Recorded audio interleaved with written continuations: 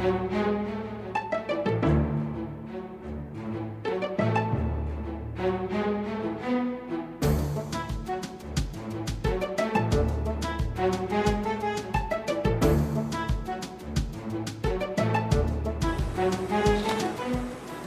and welcome to Cleveland Classic Cinema.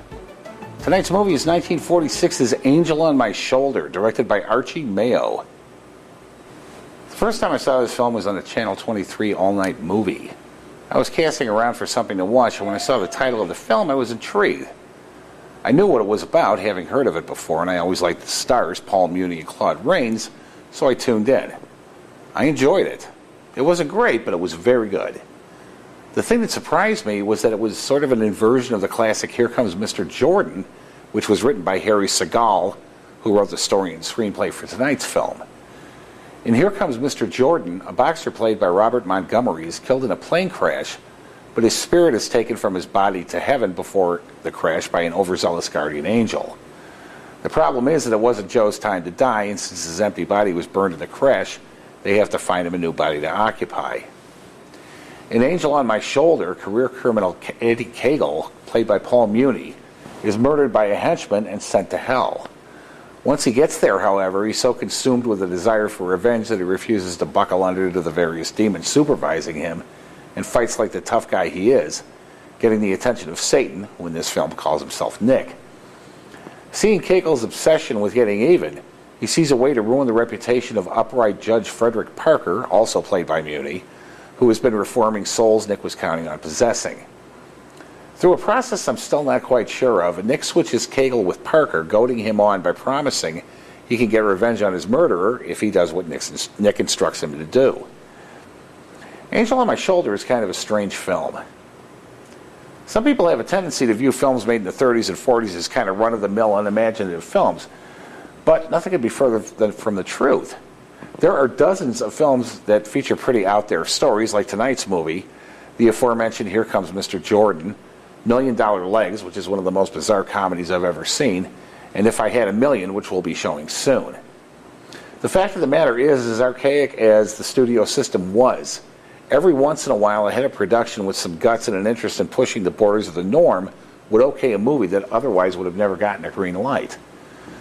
A good example of this is the 1928 silent film The Crowd, directed by King Vidor.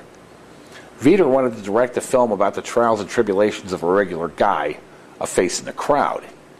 When he went to Irving Thalberg, the young head of production at MGM, and pitched the idea, Thalberg thought about it for a few minutes and decided that, since the studio was making a good amount of money, it wouldn't kill him to risk making a movie that may not have a wide appeal, in the interest of furthering the art of filmmaking, which is something Vidor, an excellent director, did with that movie. Try to get any studio to greenlight a picture like that today. Muni is excellent in this movie, as is Claude Rains, playing the 180-degree side of the same coin. Rains is playing the devil after all, and he's as cool as Muni is hot-headed. You can tell in the beginning that Eddie Cagle isn't your typical gangster, however. He constantly reminds his right-hand guy, Smiley, that the proceeds of their various crimes are shared equally by them both, just as they have been since they were kids growing up together. The fact that he does this intimates that, despite his rough edges and willingness to resort to violence, there's a heart and a conscience in there after all. You can tell Claude Rains is having a good time in this movie. I imagine playing the devil would be fun, and he always has a twinkle in his eye as long as things are going his way. When Cagle and Nick return to Earth, Eddie, not realizing whom he's dealing with, shifts into boss mode and Nick plays submissive, although he's manipulating Eddie every step of the way. When Eddie wakes up in the judge's body, he's his usual surly self, which takes everyone in the judge's household completely by surprise. I can't spoil this movie for you, so let's just suffice to say things go along from there. Paul Muni was born Mechelen Meyer Wiesenfreund on September 22, 1895 in Lemberg, Galicia, Austria-Hungary. After being educated in New York and Cleveland public schools, in 1908 he joined the Yiddish Art Theater in New York and studied acting, not appearing in any English-language play until 1926. He was signed by Fox Studios in 1928 and alternated between films and Broadway productions, becoming one of the most respected actors on both coasts. He was nominated for a Best Actor Oscar for his first screen appearance in 1929's The Valiant, and was nominated 4 other times, winning for 1935's The Story of Louis Pasteur.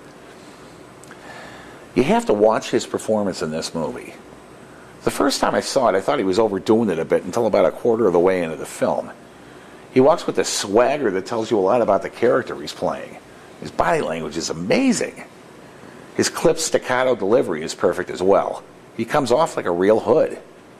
If you've ever seen the original 1932 version of Scarface, in which he played Tony Camonte, and then I Am a Fugitive from a Chain Gang from the same year, you get the idea of what this man's range was.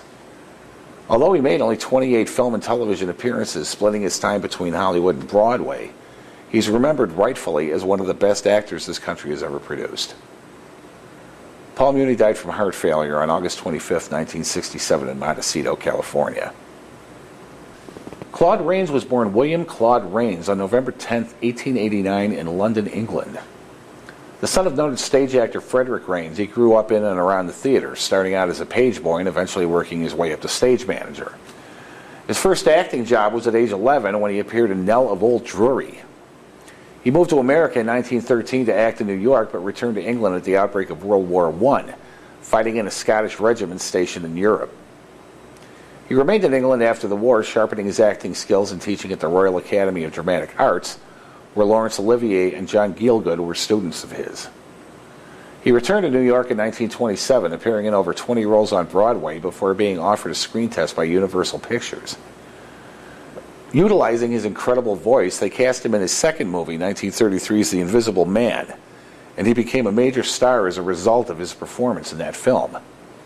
Although he spent just about the entire film with his head wrapped in bandages and covered from head to foot in clothing, he utilized body language to augment the torture and eventual madness the character suffered and was magnificent. Universal shunted him into more roles in horror movies, but wisely allowed him greater freedom in various parts, enabling him to stretch his wings in many diverse roles. One of his habits was to memorize the entire script of the movies he appeared in, not just his own lines. In 1936, he won a contract with Warner Brothers, and they used him well, casting him in films like 1936's Anthony Adverse, 1937's The Prince and the Pauper, 1938's The Adventures of Robin Hood with Errol Flynn and Basil Rathbone, 1939's Mr. Smith Goes to Washington, 1941's Here Comes Mr. Jordan, 1942's King's Row, and of course the same year's Casablanca, playing Captain Renault. He once took his daughter to see The Invisible Man in a small theater in Pennsylvania.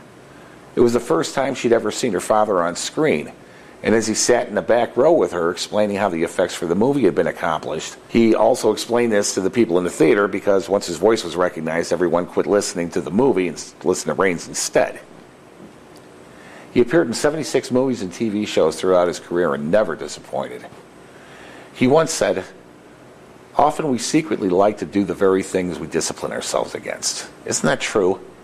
Well, here in the movies I can be as mean, as wicked as I want to, and all without hurting anyone. Look at that lovely girl I've just shot."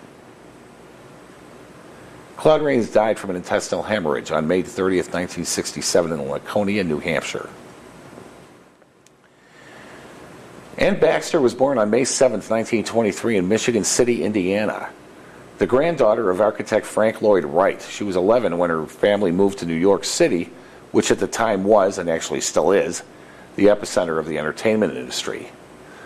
Living there inspired her to become an actress, and by the time she turned 13, she had already appeared in stage productions, winning accolades from the tough Broadway critics.